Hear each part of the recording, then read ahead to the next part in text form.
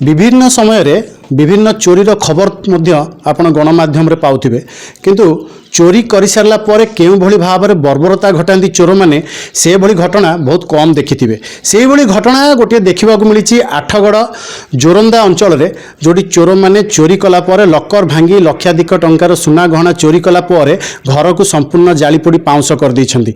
आउ से घटना कौन थिला से परिवार सहित आम जोड़ी होइछु से परिवार में पहुँचीचु। आज्ञा आपण से घरे चोरी होइछि आपण नथिले बोली कहउछली कौन थिला संपूर्ण घटना? आम आज्ञा राति से दिन भुवनेश्वर थिलु राति गोटा बेलू पड़ोसा मान द्वारा न्यूज पाइलु जे तुम घर जलुछि। आम तुरंत से फायर वाला को फोन करी आम तुरंत घर को आसिलु। घर को आसी 2टा 2:30 बेलू पहुँचला बेलू निया प्राय 90 भाग आयत से करदेले। करदेला आम देखलु जे आम आलमिरा गुड़िक सब ओपन ओपन हो लकर फकर सब खोला से ता भीतर किसी जिनस नहीं जहाँ सुना गहना आउ टंका रूपा जहाँ थिला से किसी नहीं केवल गोटे रूपार पात्र पड़ी आउ पूरा गडरेजटा पूरा खाली रही आ सब आसबाबपत्र जली पोड़ी पाउंस हो जाए। जड़े माँ भी रही सहित जोड़ी हवा जे कि संपूर्ण दाबी करुँचा केवल गोटे अग्निकांड नुहे यहाँ हूँ गोटे चोरी सुकर्पित चोरी करा जाइछि एवं जो चोरर जो एविडेंस चोरी रही लुचाई भली गोटे अग्निकांड घटाई दी जाए। तो पचार सीधा सड़ आज्ञा आप कहीं भावुं गोटे साधारण अग्निकांड नुहे गोटे सर्ट सर्किट नुहे गोटे चोरी बोली आमे जितेबाला आसिक देखिलु निया तो लगी आमे देखीचु किंतु जितेबाला आसिक आमे घरे पहुँचिकी देखिलु जे आमर गडरेज पूरा ओपन होता एवं गडरेज तार लकर पाख भी बेंड होती लकर 2टाक खोला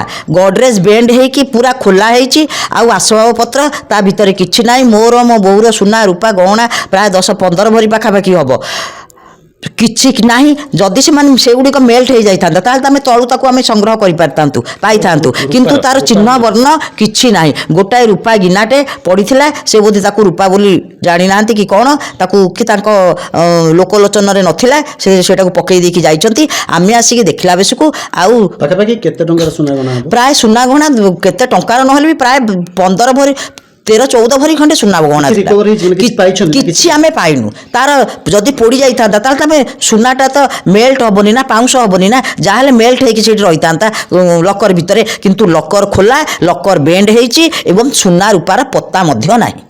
तेणु आमे भाबुचु ये गोटे सुकल्पित योजनाबद्ध भाव में से माने चोरी करिसंती। चोरी करिबा परे तापरे निश्चिंत एविडेंस को लुचेया को जाइकरी से घरे पूरा निया लगेई देइछंती। तेणु मोर घर द्वार पूरा पाउंस पूरा बेडरूम ठू आरंभ करी मोर किचन बेडरूम डाइनिंग रे टीवी ठू आरंभ करी गडरेज ठू आरंभ करी फ्रिज ठू आरंभ करी सबु पाउंस हो जाइछि।